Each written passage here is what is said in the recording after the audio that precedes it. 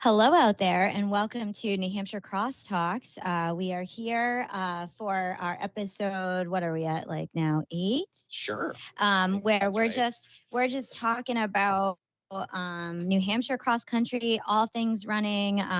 Just all topics that are interesting to us. And we are in the big week of the season. This is the championship week of the season. So Playoffs. yeah. Playoffs of cross country. Yes. I love it. So again, we're powered by Runners Alley. You can find us on YouTube, Spotify, on the New Hampshire Cross Country website. I'm Amy Bernard, coach of the Pinkerton Trailblazers, and I'm here with Ian French. I'm the assistant coach over at Londonderry during cross country, and then Pinkerton during the rest of the year, just to be confusing.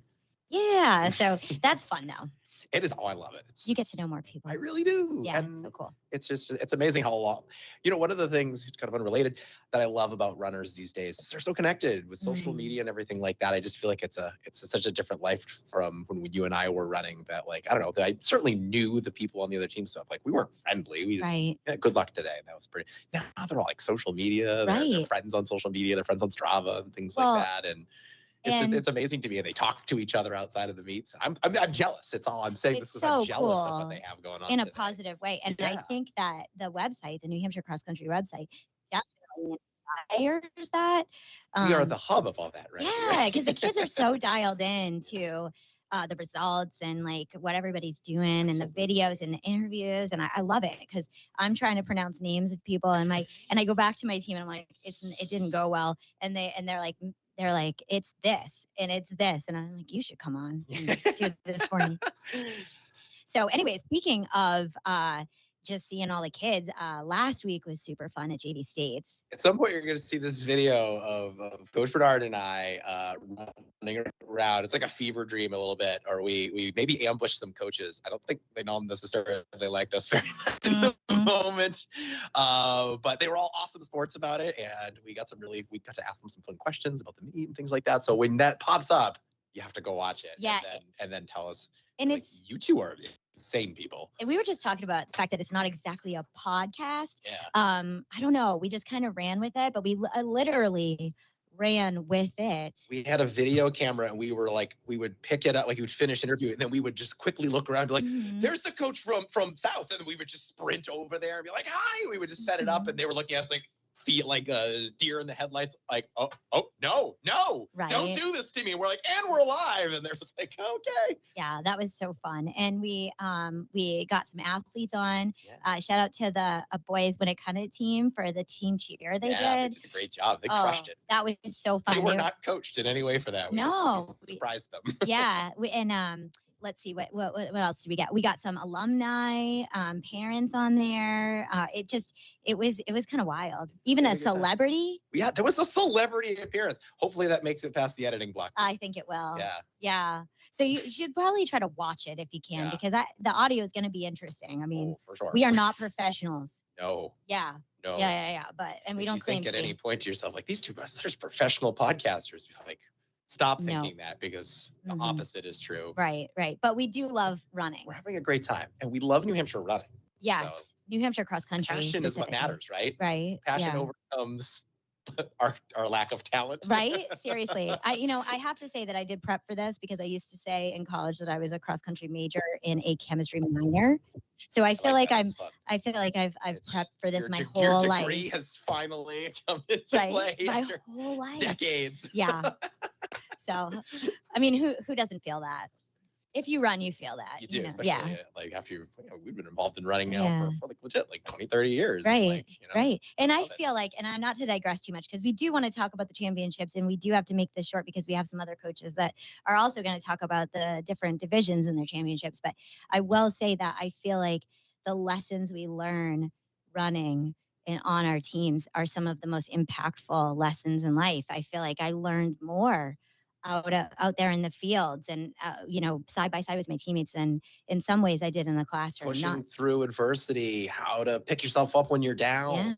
Like those, if you're going to succeed at running, that's the name of the game. It's not just a physical game. It's largely a mental one, right? Right. And those races where you can break through the mental barriers, that we create them, we make them ourselves. Right. So those days where we somehow, like, the bad voice is saying slow down, and you're like, not today. Yeah. And like it really does transfer in life, because life gets hard sometimes. And It you gotta be does. able to push through. And that's why, I mean, just segue to the championship race. Yeah. It's so exciting because our season record means nothing. Yeah, it's dead.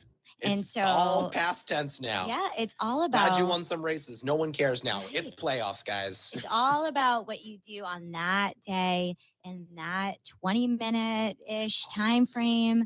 And it really is anybody's championship to I'm getting win. like my heart rate's getting up just thinking about it. I know. I'm excited. Seriously, and it's gonna be a great day. So tomorrow the Division 1 races go off at 10 a.m. for the girls, 10:40 for the boys. Sounds correct to me. And it's gonna be a hot one. It's gonna be pretty humid. What do you think about that, Coach? Yeah, I hate it. All this week I've been out, I was not able to run for a while. I've been running this week, and I was all like, yay, fall weather. And then it's been 75 and kind of sunny, and even like borderline a little bit humid. And I was like, what is this? And where did the bugs come from? Oh, they came back so fast. I remember we were standing around the end of practice, I'm swatting flies away. Disgusting. And I'm like, it is not August. Go to bug underworld where you belong at this point. It is October. Everywhere. Yeah. But on the other hand, I feel that Dairyfield can be a fast course when it's dry. For D1, we have the coolest conditions of the day. Sorry to all of our friends in D2 and 3. But it's going to be a little cooler, but also I feel like we haven't had a ton of rain. And I think we know that field is going to be wet, but I do feel like it relatively is going to be dry. So we could have some fast times. What do you think? It'll be amazing that one spot that, like, when you're crossing the field at the end, it hasn't rained in like a week. That spot's going to be wet. Yeah. It blows me away every year that you go step there and it's still soft and you're like, it hasn't rained since September. How is this still wet? Seriously. Like the spot, even like where you turn in that first mile and then you go up towards the gazebo, right? Like that spot right there is just always. Water just lives there. Always. Yeah. It's where it's born. Although they've done so much work to the course, and I feel like the finish used to, remember how wet the finish was and how there was like overgrown, marshy type stuff all around. Yeah, and now it's awesome. not at all. I mean, it's beautiful. But yeah, the course should be fast. If you're hoping to run a good Dairyfield time tomorrow, you should absolutely have an opportunity to do it. Yeah. Especially those D1 guys and girls. Yeah. We're getting a crack at it when it's still a little cooler. So agreed. So maybe we talk about the first race of the day, which is the girls race. Yeah, which should be pretty exciting, specifically if your name is Coach Bernard. Oh, well, we don't take anything for granted. We've had a good season. We have some experienced runners, and we're really excited, just to get out there and to do it. But, we know that it's going to take our best races too, and our best attitudes, and we know it's going to be work. So, Tess Silva, Izzy Grew, Suki Folsom have all worked together really well as a team, and they're excited to do that tomorrow.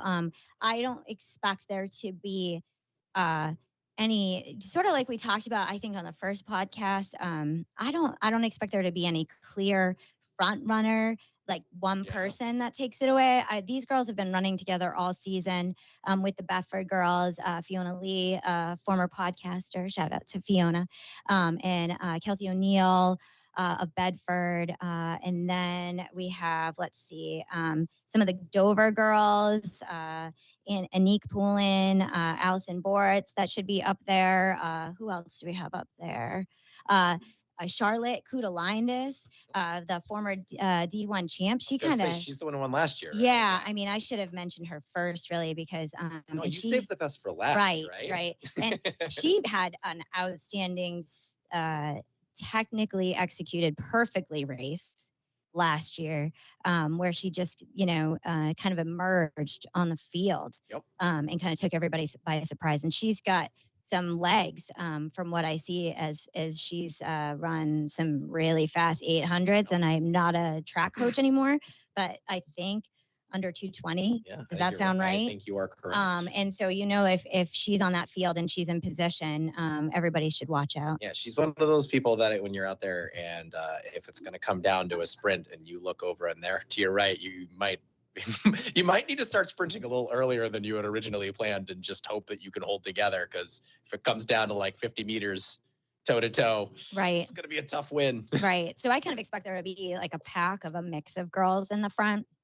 And really it's going to be about who's, top 5 can be the, in the tightest. And I don't think that we are clear favorites. So I'm just going to say, I think it could be anybody's day. I love the modesty.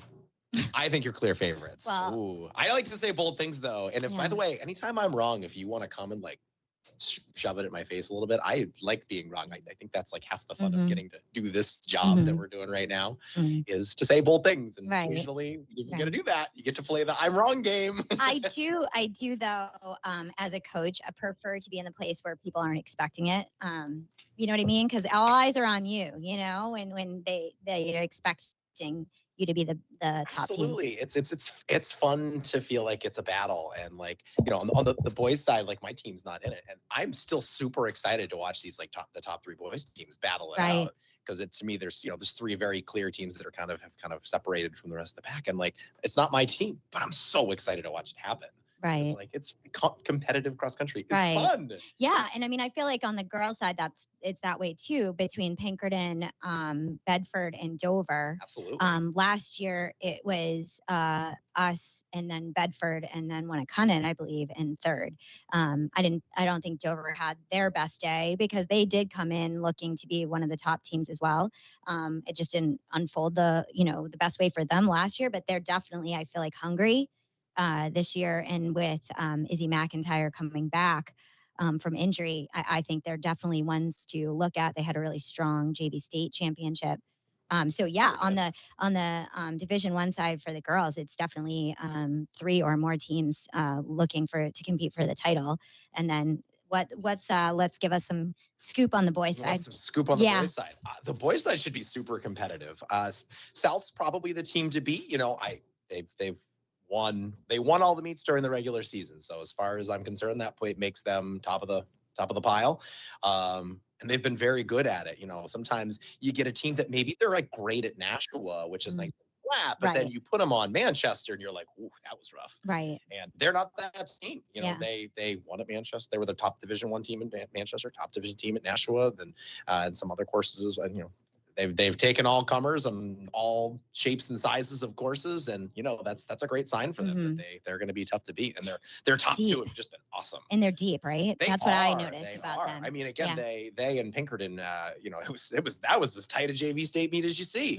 I can only think of one time that it was closer, and that it was literally it came down to the 6th man. It's like a decade ago though, and they were like only separated by 3 points. It was super exciting to watch. Right. And then the surprise team, and I say surprise because I'm not as dialed into the boys side, but Salem, we haven't seen Salem really up at the top of the rankings, and I don't know. I can't remember a time. So. And I think surprise is fair. They came into the season ranked number 4 in the division, which, like, typically speaking, if you're the 4th ranked team, your chances of winning are, well, they're not very good. Yeah. But as the season has come along, they've probably grown the most of a team this season, and they got a really good freshman in their varsity as the season's gone on, and they've just really developed this year, and they moved up to 3, and then they're now they're like number 2, and if you read the division, but they're only 5 points behind South at the Battle of the Border. Wow, which is like, yeah. So if you're thinking like, oh, they don't have a shot, yes, they do. And they're pretty hungry, I'm sure. Well, yeah. Because it would be history making. Yes, exactly. Right. And again, especially when you move from a little farther out and moving up the rank, I think that's inspiring, and you keep building on confidence as you're getting better and better. And so, like, if I'm them, I'm coming in like really excited to show everybody else that they're special. Right. And they get 6 of those guys back next year. That's amazing. I can't wait to talk about them in the preview to the next season at some point. What do you think about what do you think the race will look like up front? I mean, Giardina looks unstoppable. I mean, he won last year, but coming into this year, he didn't win by so much that it was like, oh yeah, kid's miles ahead of everybody else. But as the season, like, even as indoor and outdoor went on last year, he just seemed to be getting faster and faster. He ran in the low 15s on a 5K on the track last spring.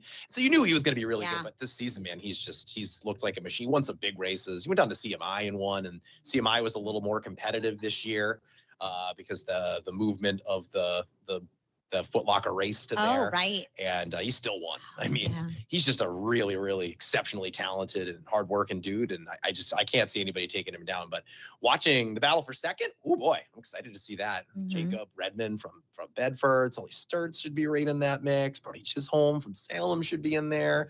A couple of the South guys should be in there.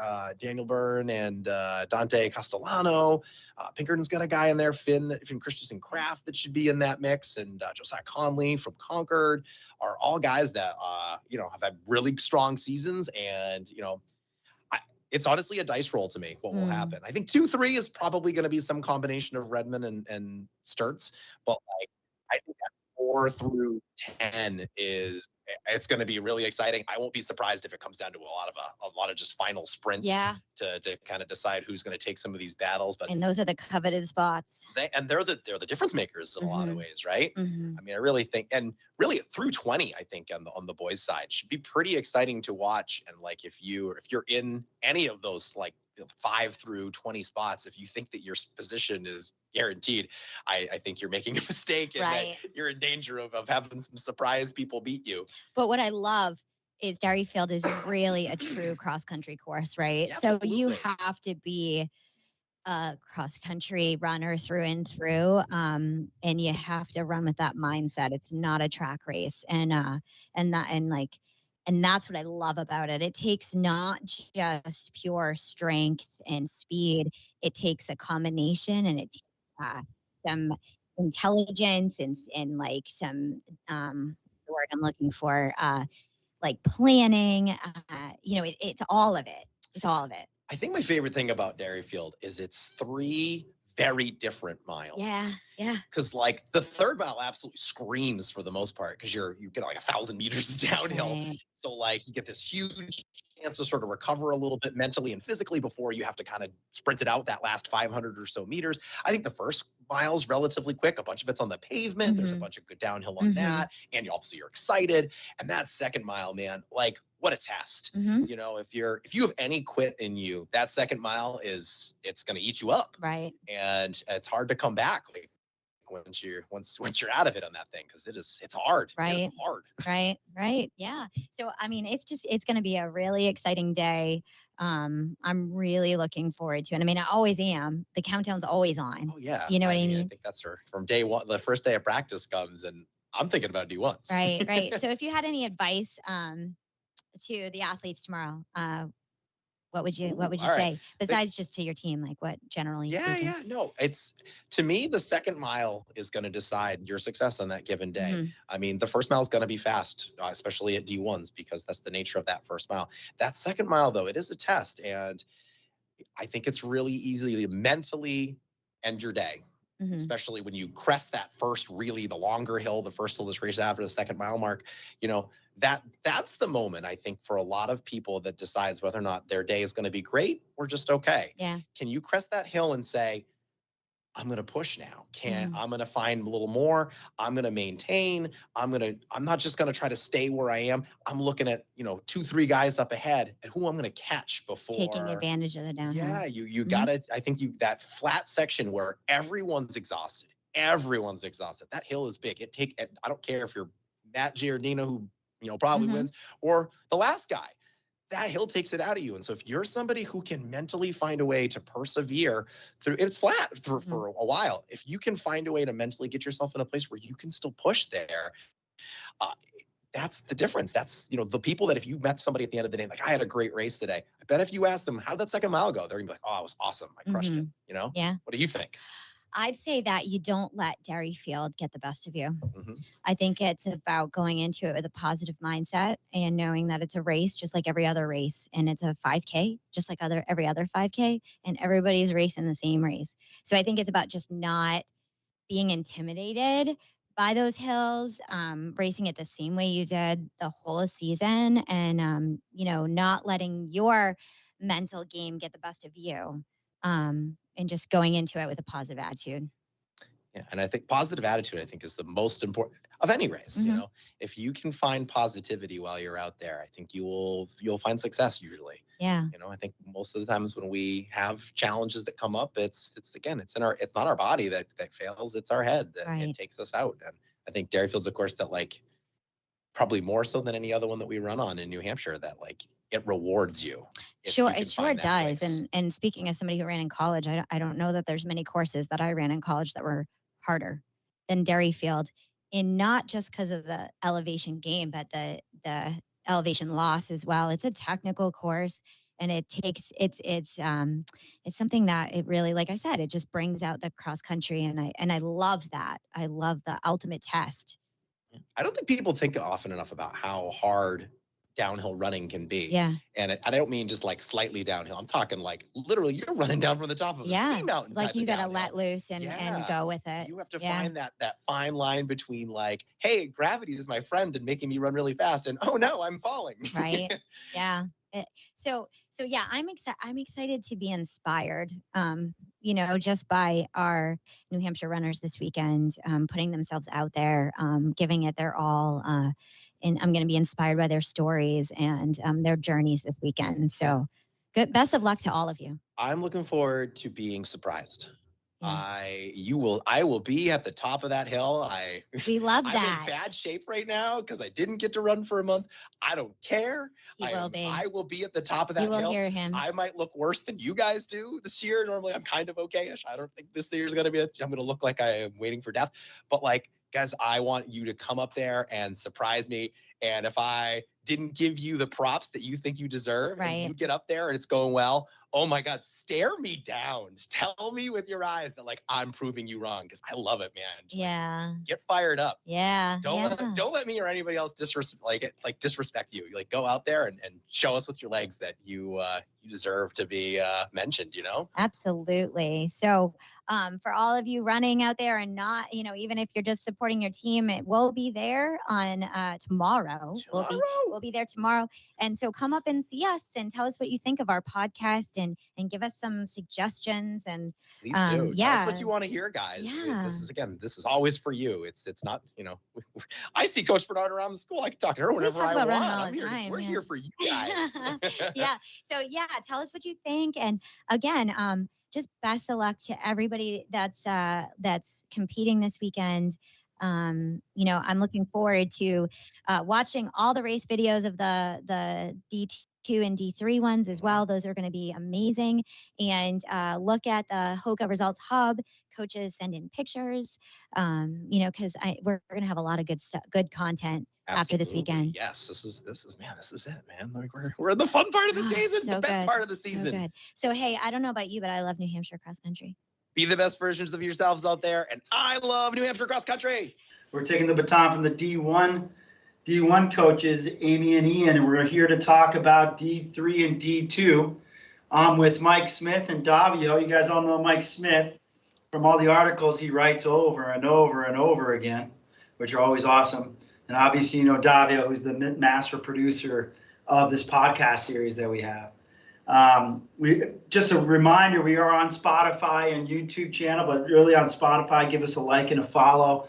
But we're here tonight to talk about, obviously, the D3 and D2 state championships tomorrow in the balmy sun of Manchester Invitational. But Mike, I thought before, and Davio, before we talked about that, we give a little bit of a glance back this past weekend, which really was the first weekend of championship racing. We had the JV state championships middle of last week and late last week, but then the middle schools took over, and we had the pleasure of having the Division III and Division IV Co-Brown, and it was great racing. So yeah, that was unbelievable. I've never gotten muddier, I don't think, covering a meet. Like I was rinsing out my shoes the other day, and there was just mud just kept pouring out. That was unbelievable. Fantastic race conditions. Talk about tale of two weekends. What we're facing tomorrow, but it was just rain the whole day, and it just got worse as the day went on. But I couldn't be more impressed with the middle schoolers and how they kind of toed the line and just embraced it and raced.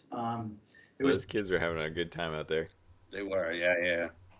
It was pretty miserable for watching, but the kids were having fun racing. They were.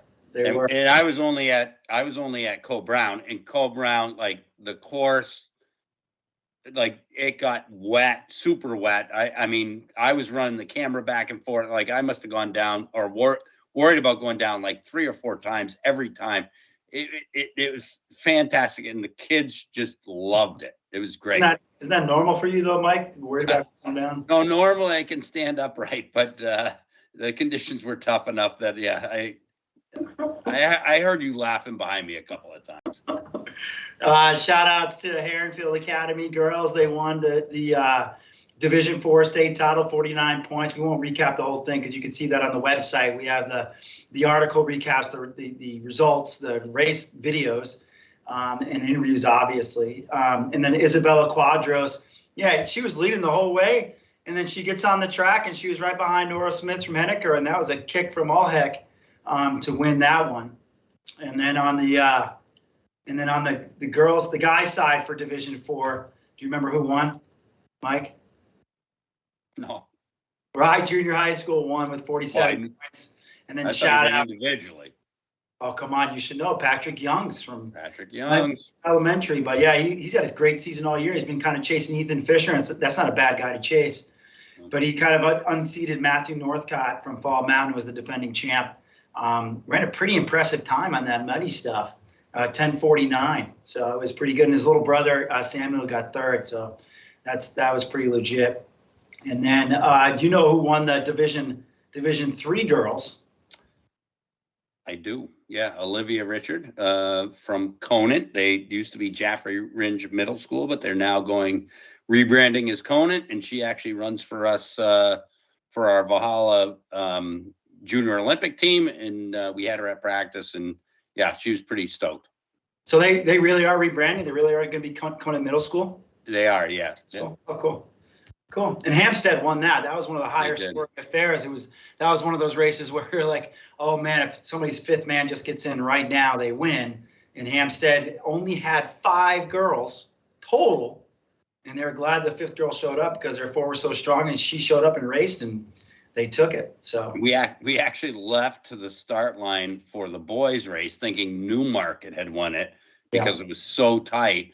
And then it was actually when we got back to the end of the race that we realized that they had actually won the entire race, which was pretty cool. Yeah, and shout out to Newmarket Middle School on the guys' side. They won by only 3 points over Barrington. That was the closest meet of the day. Just a great meet. You just didn't quite know how it would shake out. And of course, kind of basically the best runner of the state, Ethan Fisher, won that one. James Travis was second from Barrington Middle, but Ethan Fisher, the Fisher family, they've always been strong runners, and he had the worst race conditions. You know, the 8th race. Absolutely. And he ran very solid. So, that being that, shout out to Olivia, who got the Hoka Athlete of the Week. We kind of followed suit last year. Suki Folsom, who's a second or third runner for Pinkerton. She ran 12:05 on a perfect day, and Olivia ran 12:09 on a not perfect day. So we couldn't kind of overlook that time, or even the way she ran it. She ran like a lot of kids should maybe follow the middle schooler here, because tomorrow's meet, even though it's going to be warm and it's a tough course, you might want to hang back like Olivia did, because she really hung back, measured her competition, and then pounced out of the single track. And one of my famous lines from indoor is, "They're running in trainers." She was in trainers. We're trying to transition her over into racing shoes. But, you know, when that's what you're accustomed to, like, you're going to go with what you know, and that's what they did. And then, so another shout out then to the other Hoka Athlete of the Week, to Guilford's Bocelli Howland Velakis. As a freshman, he wins the Capital Area Championship. And that's one of the oldest, more storied regional championships in New Hampshire, if not the oldest. And I don't remember the last time a freshman won. Well, and yeah, I mean, he's an unknown commodity. But here we go. We're going into championship season, and who's on the docket for one of the top spots in Division 3? Bocelli, you know, he moved in from Texas, I believe, and man, you couldn't pick a better high school to go to. I mean, with Guilford and Patrick Gandini just finishing up there. They really lucked into another stud, and the coaching staff there obviously knows what they're doing regarding grooming a young athlete that's already really good all the way through high school. So he landed in a really good spot. Yeah, all I can say is thank God that he didn't come on when Patrick was there as well, right? Yeah, that would have been the biggest 1-2 punch probably in the state, actually, or very close, anyways. Very close. Yeah, I mean, that's a debate we don't have to have. Thankfully. We don't have to have that. All right, so we've been kind of recapping the last week. I think we're good to go. I mean, Concord won Capital Area for like the 12th time in a row on the girls' side. St. Paul's came back to win it on the guys' side. And, I guess we could talk about that another podcast of how we feel about boarding schools coming in and racing. And I kind of am a proponent of that because I think the better competition in the regular season is great, and being able to rub elbows with others. And you have an opportunity in New England and in New Hampshire to raise people from all over the world. And I think we balance it out right because we have our own state meets, we have our own mini champions in New England's where that would be kind of tough to justify. But on the regular season meets, I'm all for it. But I'm not sure how you feel about that, Mike. No, I think that I'm a big proponent. Race anybody, anywhere, any day. We used to race St. Paul's at St. Bonnie, and you were there, Tim, for those. Like that, St. Bonnie was like the coolest, most eclectic meet there ever was, because the race director left the race before the teams had left the race. It was unbelievable. But St. Paul's would race there as well, and I loved it. I still love it. I'd go back to St. Bonnie if they had held a race today. Davia, how fast did you run on the Denbury golf course? Oh, I don't actually remember. Try not to as well. Like that was a tough until course. You just said that. I actually didn't even remember that I raced there. But you did.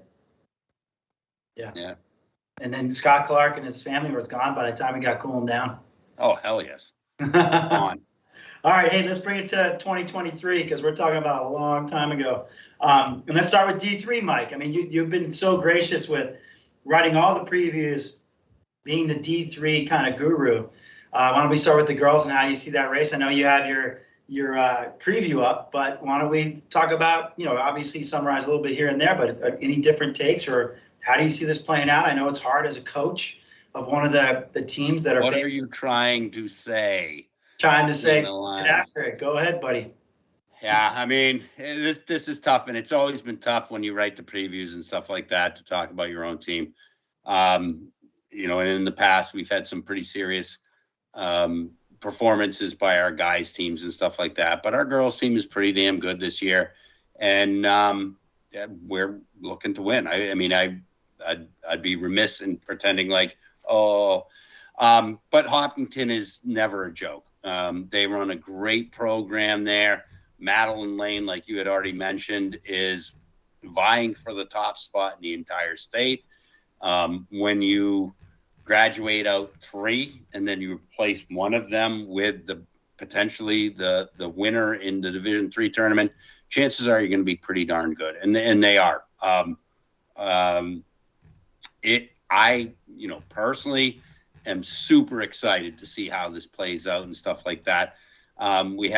Each team has kind of a little bit different strengths, and depending on the day, you never know.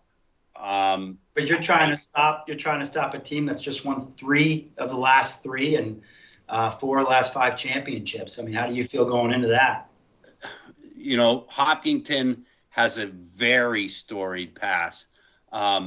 There was a time we won a very historic meet in 2006 by 3 points over a Hopkinton team that had won, I think, 4 straight before that and 5 straight after that. No, they won 2 straight before that because I've done my research. They've done 2 straight before that. You stopped them, but then they went on a streak of 7 or something. Yeah, I mean, you didn't stop that streak right there. They would have had a streak of.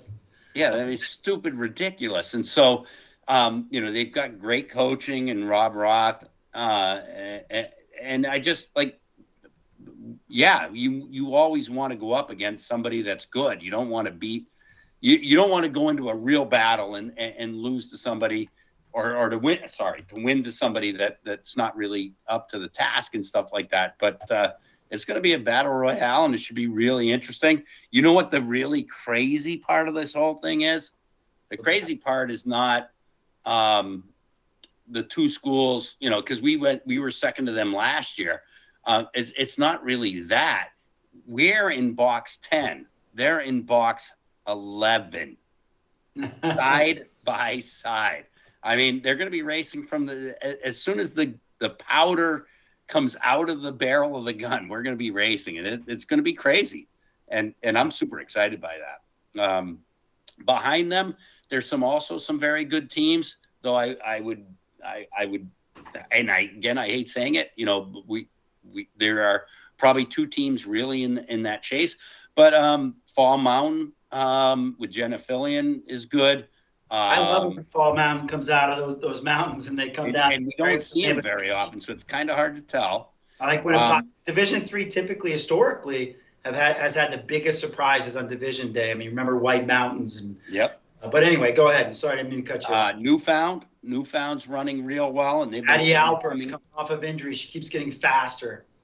And Emerald Briggs. I mean, Emerald Briggs was unknown last year at this time, and is definitely a top 10 person this year, along with Kaylee Irving.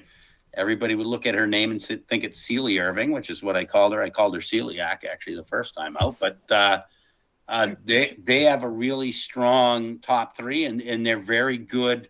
Like, and I think they're the future of Division III, and Mike LaPlume's going to hate me saying that, but I think looking forward, they're going to be good. Guilford is running really, really well, and then I would never underestimate Newmarket with Alana Hagan. I mean, you got Hagan up front. That's going to be a pretty good squad, no matter who you put behind them. So those are my kind of the team. Yeah. Team vision. Talk about a program that's coming around in both track and cross country. The coaches at Newmarket are doing a phenomenal job, and the kids obviously are. Absolutely. Applying, and they're working hard. So they've definitely turned some heads. And I just want to echo what you said about Newfound. You could just see them coming on, even the last couple of years. Yep. But they were, fighting a couple injuries at the beginning, and now they're coming at just the right time. There's a couple teams in that situation too. So. Yep. And individually, how do you see it shaking out? Obviously, we mentioned Maddie Lane. I mean, this season, but if I were a betting man, putting money down, I think you're going to see Madeline Lane and Alana Hagan just like take it out hard. Yeah.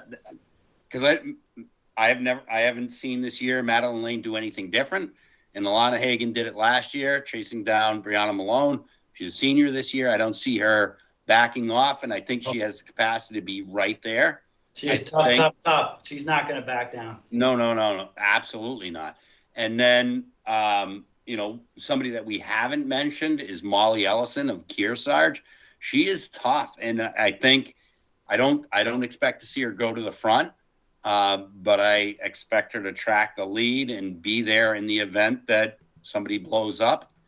After that, you're reading my mind, because I view her as a pretty smart, heady runner, and if she plays her cards right, that's like around Manchester. She could pick up some places right away, and she's a veteran now too, so it's pretty exciting. I see Shaylee Murdo and Reese Bove of Hopkinton being up there. I see my twin set and the O'Shea sisters, Erin and Caitlin, being in there. Elias McKenna of Newmarket. I'm going to leave somebody out, and somebody's going to be pissed at me. That's right. You wrote the preview, so you don't have to worry about it. But yeah, since we have Davio, don't you think since we have the actual coach on this podcast, we should ask a question like, what do you think are the keys to Messinic winning tomorrow, Mr. Oh my God! Should we ask that? What are you focusing? 7 good races. 7 good races. What are you focused on, Coach Smith? What am I focused on? What is your team attack tomorrow? How are you approaching this? We don't really do that much of it. What I try to tell my kids is like, dodging? No, I'm not dodging. We don't just go out and run your race. Again, we're lined up right next to Hopkinton. I think I pretty much hate that idea, though it gives us good data right off the line. I told the kids, just go run your own races, and if we run our own races, we're going to be in good shape. That's right. What I told them. I don't think I'm that great of a coach. So like, I think you probably could have told them something different, Tim, and they would have been better off for it. But like, this is where I'm at. Like, You're the just go perfect run coach. some good races. The perfect coach for that school, obviously. And I'm going to embarrass Mike right now. I don't think people out there realize how just small a school like Messina is. I believe they're in the 300s, or is that 300s? Yeah, see, I did that on purpose. Yeah, But, no, they're in the 250s, and they're ranked. 40, I think, is what my daughter said, and she's probably right. And what are you guys ranked in the state right now? The whole state of New Hampshire. What's your ranking? You don't even know, do you? Tied for 10th. Oh, I know. I pay attention. So tied for 10th, and so that's kudos to Mike Smith, and obviously, he's almost my kid's he's really almost good. as good as the other Mike Smith coach that's in Arizona, but he's also created a community in that area of the state that is just awesome about running. So he is much better looking than me. Let's shift it to the boys, which is not cut and dry, dude. This is not. Oh my God. Individually or team wise, this could be the closest meet on the day, so this would be exciting. I was going to say, this is probably the greatest parody I have ever seen. When you sat down and do the preview, were you like, I have no idea? To be honest, I reached out to about 5 or 6 different coaches and asked them, like, here's what I'm thinking. What do you say? And most of them said pretty much the same thing. I think there's 3 teams that should be in the running for the win, and that's probably Monadnock, Fall Mountain, and Muskoma Valley. But with that said, I haven't seen hardly any evidence from Muskoma Valley, with the exception that they went to a meet. I don't even remember what the meet was, and they beat Fall Mountain pretty handily. And then you try to do what do they call that? The transitive property, where you compare people against other people. Monadnock has an incredible front three in Peyton Joslin, Jace Joslin, and I'm going to talk about him as my super dark horse in Carlton Lampinen. I give him the Carter Sylvester treatment. But people might not get that reference. What does that reference mean, Mike? Because there's people that are just stuff this year. They have no idea who Carter Sylvester is. Well, that's shame on them for that. But first of all, like Carter Sylvester, like that means like doing stuff beyond what anybody thinks you're actually capable of. So Carlton, I believe, finished like 19th last year in Division III, and he's finished in front of the other 2 Monadnock guys that I believe were 3rd and 7th last year, most of the season. But he's just like a super grinder, and that's Carter Sylvester in a nutshell. And I think actually if the race goes out slow, like if people dally with this, he's dangerous. He could possibly outrun people over the second half, and that's a mistake on them. But yeah, I mean, we got Muskoma, we've got Monadnock, we've got Fall Mountain fronted by Ben Tutu. I'm not really sure how you say that, and I've asked him 3 times, and I've screwed it up 3 times. But Fall Mountain has been running pretty solid all season. I think they're the most complete package, but everything's so spread out in Division III, I don't know that that's exactly what it's going to be. Davio, what's your pick? Who's your pick, Davio? Oh boy. Team-wise, just team-wise, who's your pick right now? I mean, go out on a limb. I am going to say Monadnock. I think I like that call. I saw them at the Moonlight race. They looked really good. The Joslins looked pretty speedy at that race. They both ran really well. So I think that's my pick.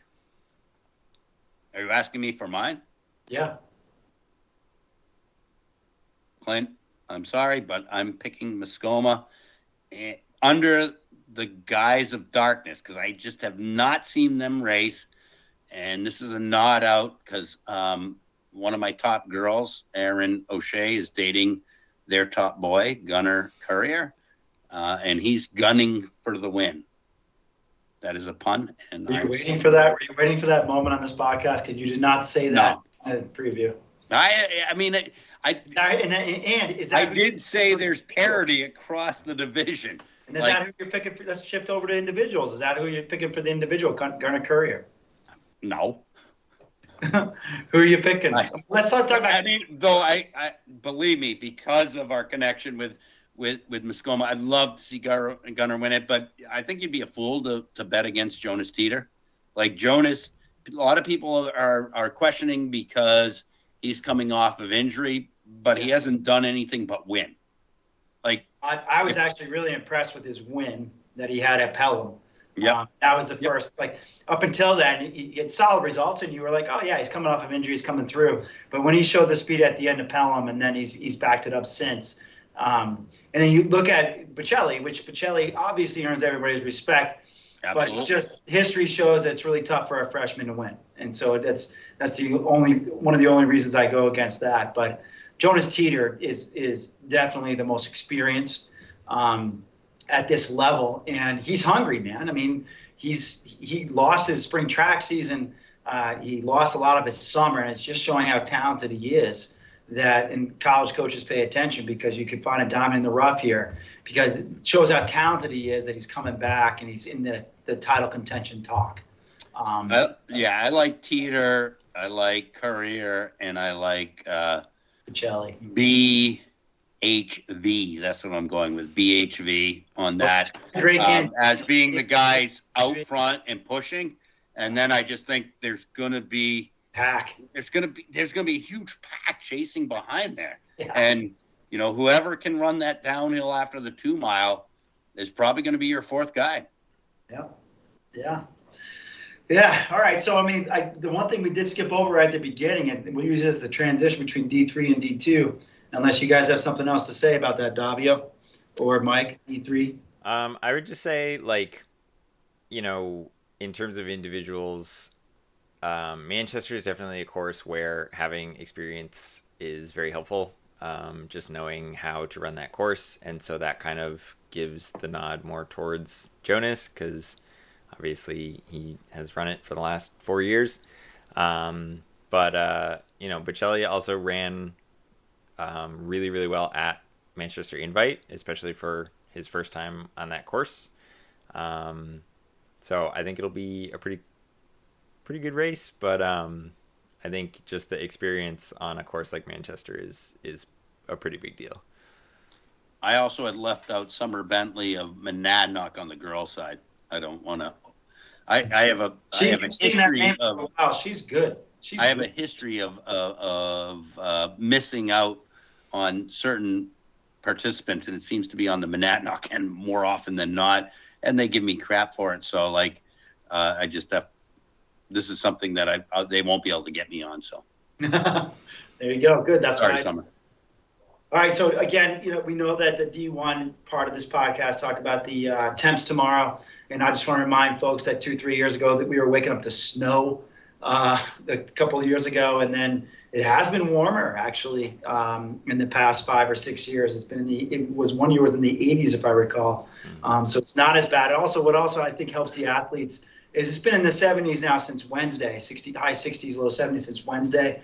I think that's plenty of time to give the kids a chance to acclimate. So I think safety-wise, it should still be okay tomorrow, and we should still see some fast times. It would be a lot tougher, if it was just one day where, the state meet all of a sudden is going to be 75, 80 degrees, and it's been 50. Like MOC's was. Right. Yeah. But just all week it's been in the 70s, and people have been practicing in it. So I think people are pretty used to it by now. My kids have been running. In practice probably every week this year without shirts at one point or another. So I don't think it's. I mean, it's going to be hot. Don't get me wrong, but it's not outrageously hot. Yeah, and I think the course is going to be, in a lot better condition than it has been in the past if it's raining or snowing or anything. So right. I think that'll help more than the temperature will hurt. So probably. Yeah. All right, let's shift it down over to D2, the last set of races of the day. And I think that in years past, that set of last races, course conditions come into play, but I don't necessarily see that as a problem tomorrow.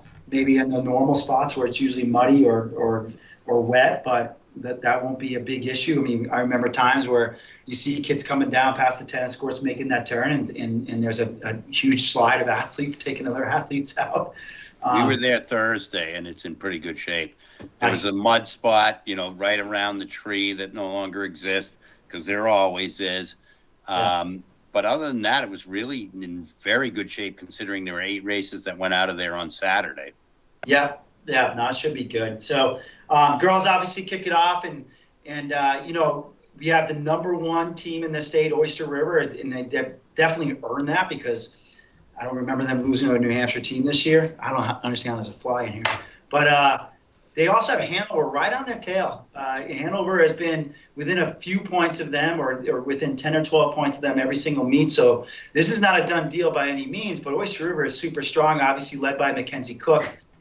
They have freshman Haley Bezanson. Frenchman Haley Bezanson.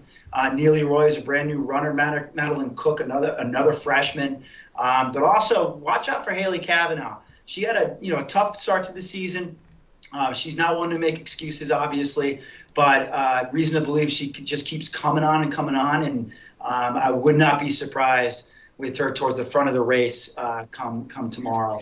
Davio, you feel the same way? Because I think we lost Mike. I'm not sure where he went. Maybe have supper or something.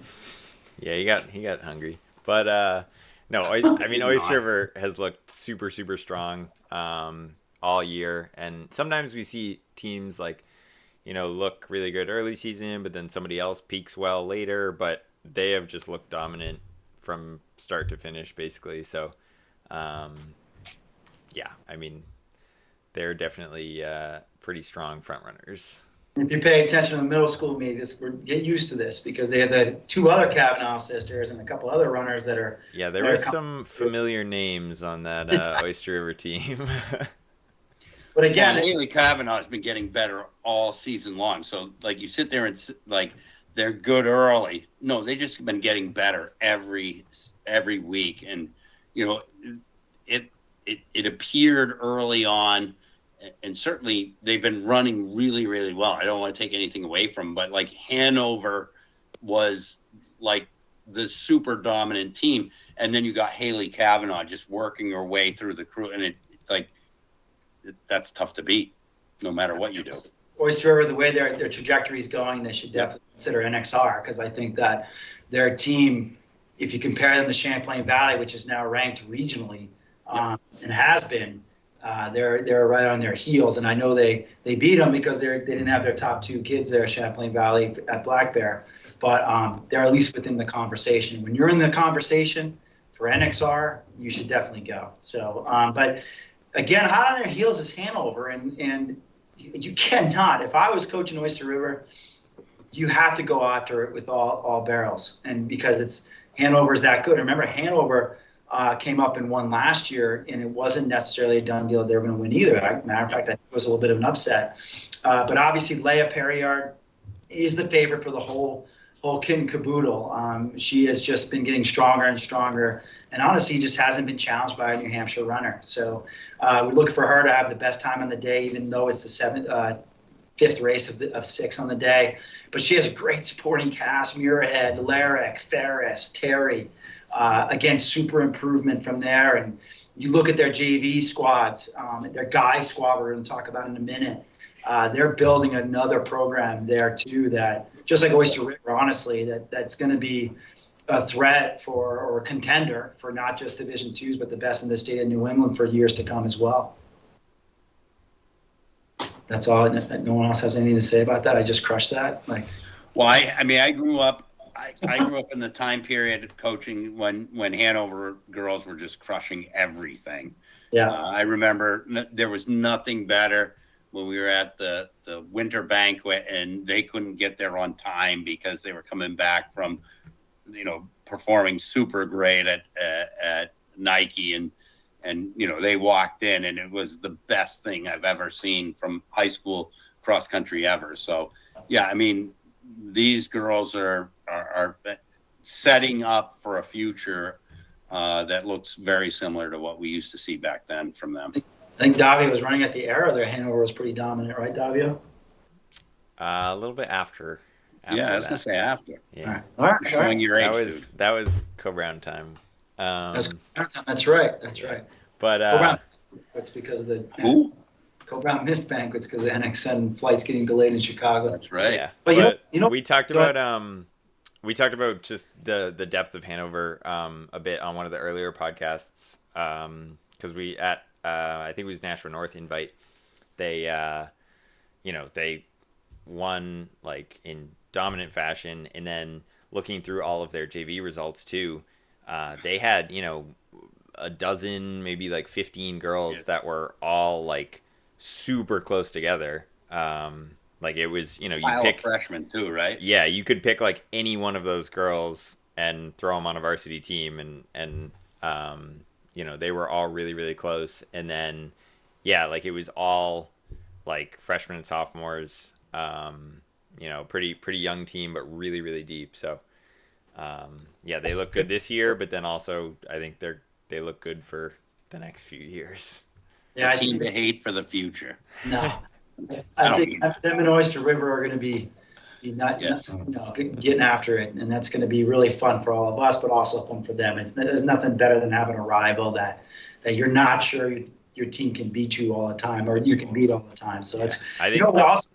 Go ahead. No, that's just going to be a consistent battle, like for the foreseeable future, which is really exciting because every single year it's going to be like Hanover Oyster River, like going at it. So that'll be really fun. I'd have a Souhegan but let me mention this school that I don't think we'd be anticipating mentioning 3 or 4 years ago, but Plymouth High School is the Anglin sisters, baby. The Anglin sisters, and Ellie Anglin's having a great season. Addison Anglin, you guys know I love the name Addison. Addison Anglin there with Kelsey Manning and Anna Boyer, just really have put together a pro. You could see it coming a couple of years ago. They just kept building and building, and I think there was some injury challenges early on for Addison, and she's coming along nicely also. So, I wouldn't put it past them. Obviously, still get the MOC bid, the all valuable MOC bid, but if either Oyster River or Hanover doesn't have a great day, and we obviously wish everybody has great days, you just never know. So Plymouth and then Souhegan, who's led by the freshman Samantha Swanbond, with also veterans like Stephanie Svensson. Yep. Those two are the best of the rest in D2. And we say Souhegan every year, so that's just the way it is. Scott Maxwell's done the preview online, so make sure you check it out. He has Co-Brown and Hollis Brookline as next best too, and Co-Brown has a nice pack. They've been working hard this whole season. I think you'll see the best from them tomorrow. And then Hollis Brookline, they've always had a bit of a history of doing well as well. So, spoiler, Coach Maxwell has Sanborn. I wonder, he actually coaches there. So whenever a coach does that, I think you can count on him having faith in his athletes like Lily Tedford and Katie Stocker. So, and then individually, we kind of covered it. Leah Perriard is the favorite. Mackenzie Cook is probably the most steady runner in all of New Hampshire for a long time. So you can any of those 5. Go ahead, rip them off. Well, I'm just saying any of those 5, the Mackenzie sister, the Cook sisters, yeah, Haley Cavan, like they've just been running fantastic. You could expect any of them in the top 10, maybe all of them in the top 10. And they're all so close together that one of them has a good day and they'll leapfrog like 3-4 girls because they're like their pack is that tight. Yeah, and you can't overlook Muirhead from Hanover either. I know when you have a star runner that's going to most likely win like Leah, she gets all the attention just because you have to. But Muirhead quietly has had a very strong season. So you don't want to overlook her or her teammates either. And obviously you have Swanbond and Ellie Anglin too. That'll be in that top pack. So, but both teams, Oyster River and not to keep harping on them, but they run as teammates. And when you see that and you see that they actually have a team strategy or a game, if you will, strategy, that's always fun. So it's going to be a good day. So, not looking at the time, but I am a little bit here. We don't want to be too long-winded. Let's shift over to the guys. And you have Co-Brown that's coming in to the weekend as the number 1 team in the state. But I will be the first to say it's not by much. And it's been great watching Lucas Fisher and Brooke Laskowski take that program Coach over. of the year. Well, no, it's not done. You got to perform the next 3 meets. So I know. But Co-Brown has definitely come along nicely. Development of their behind Jamie. I mean, Jamie's had the experience on varsity. He's been able to work off of Aiden Cox, Kasich, those guys from the last few years, and he's grown up with them. But you have and he's definitely the favorite for Saturday. And we'll talk individuals in a second, but you have guys like Luke Kerouac, Sanjith Namula, obviously Liam McLean and Keegan Sousa. If you need to look way back to see where he was last year, he ran a few times and had JVs. And the one Achilles heel they have is they have those 5, and they have a really good freshman as a 6th runner, but he's a little bit further back, which freshmen tend to be. So they still all 5 have to have a great race to win it tomorrow, because right behind them is Hanover, who's deep. Obviously led by Lucian Gleiser, who is a podcaster from earlier this season, won the small school race at Manchester earlier this year. So he obviously knows how to race that course and how to compete on that course. And then you follow it up with Andrew Valentino, names like Will Parker, Ryan Ferris. We've seen those names before in the depth that they have. So don't be surprised. Hanover's that good. What is your take on Hanover and Co-Brown right now, Mike or Davio? Nothing? You want to talk about Sauhegan? I think that's a great battle, actually. I'm very interested in seeing how that race goes out, because both of them, both Jamie and Lucian, are great closers. And the question is, how fast does this race go? If it goes fast, I don't know. Like, I would have, if it went slow, I'd probably have to defer to Jamie, though Lucian can close as well. But like, Jamie crushed it in track. So you would think if they came around the tree side by side, you'd have to pick Jamie, but I don't know. Like, I think it's a fantastic matchup, no matter how you slice it. Yeah, we'll say some stats too, is like when Jamie's running fast and when Lucian's running fast, and the bigger meets, Jamie's kind of got him by as much as 30 seconds. So we'll kind of see what happens there. What's your take, Davio? We're talking individuals already, but let's talk teams. Come on, Mike, getting off track here.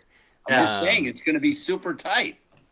No, I think not going to be up to those two, though. It's going to be up to the guys behind them for the team. Yeah, I think Hanover has like their whole pack, like basically 2 through 7 are really, really close together, which I think helps them a lot, and they don't necessarily have to rely on like these are the 5 guys who we need to perform well, because they do have that depth. So I think that will definitely benefit them. But then I would say Co-Brown has the edge with like their 2-3 in Sonny and Luke are going to be, pretty low numbers for them. And then it's just a question of, if they can back that up with a full 5 runners getting in fast enough to overcome just the big Hanover pack. Yeah. And another team that scares me, especially if I was still coaching, it would be Sauhegan.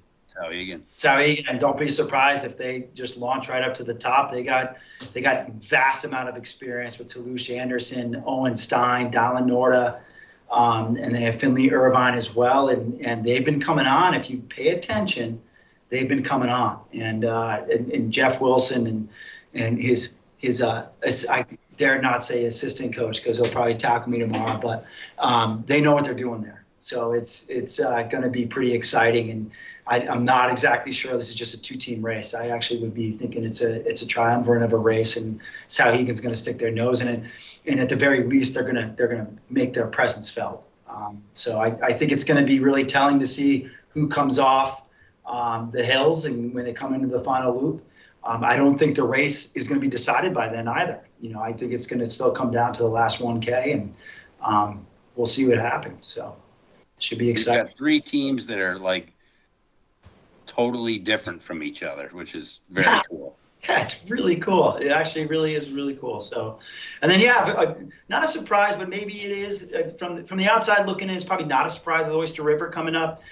They're ranked in the top 10 also, but I think if you knew what Oyster River lost in the last couple of years and what they're working with as far as experience is concerned, it's a bit of a surprise. Oyster River has put together a phenomenal season as far as a rebuilding year, and you can see what they have coming in from middle schools and what they have with the young kids. I mean, they have several freshmen on that top 7, and they have a couple freshmen that are in the 19s, and they're going to be back.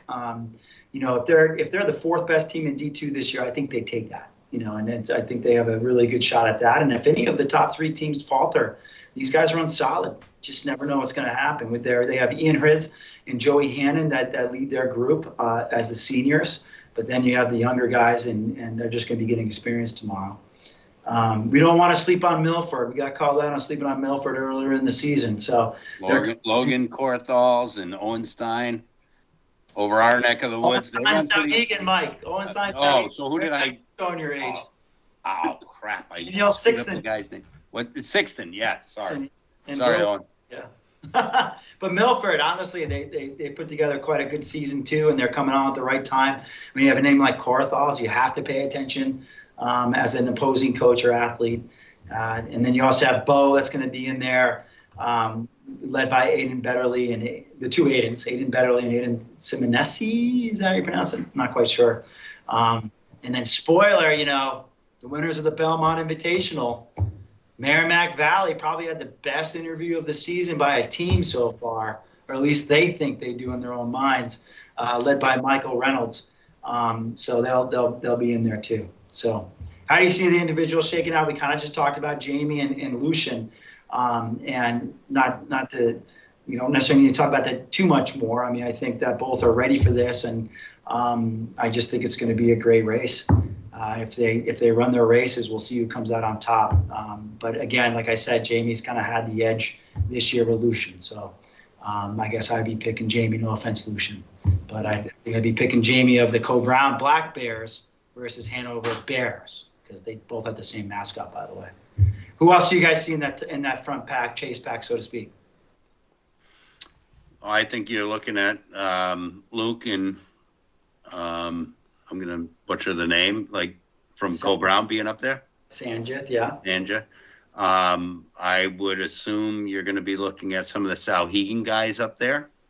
And then some of the Oyster River guys. Yeah, but you're missing a couple of the number 1 fans. Sanborn.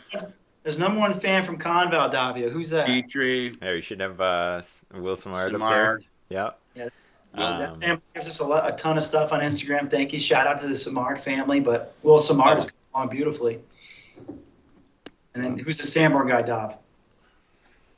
Jake Petrie. Yeah, he's having a really good year. And he ran well at Manchester Invite too. So, I think he likes.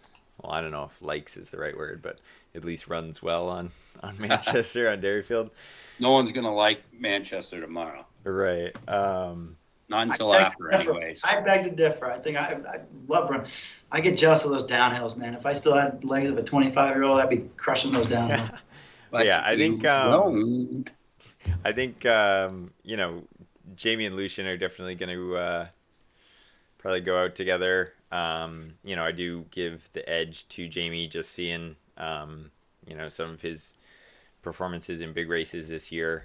Looks like he's up there, at least in the conversation with being able to race with Giardina, which I don't know if Lucian's quite at that point, but I definitely think Lucian. We will find out. Right, he wants it. We talked to him at middle school states, and he said he's gonna get after it. So that'll be a good battle, and then basically after that, I think it's gonna be just a waterfall of names. I think Rub an elbow. Like there's a ton of guys who are gonna be in that basically front pack after those two, and they're all really, really close together, and it just comes down to who wins it that day. So I think that's going to be super cool.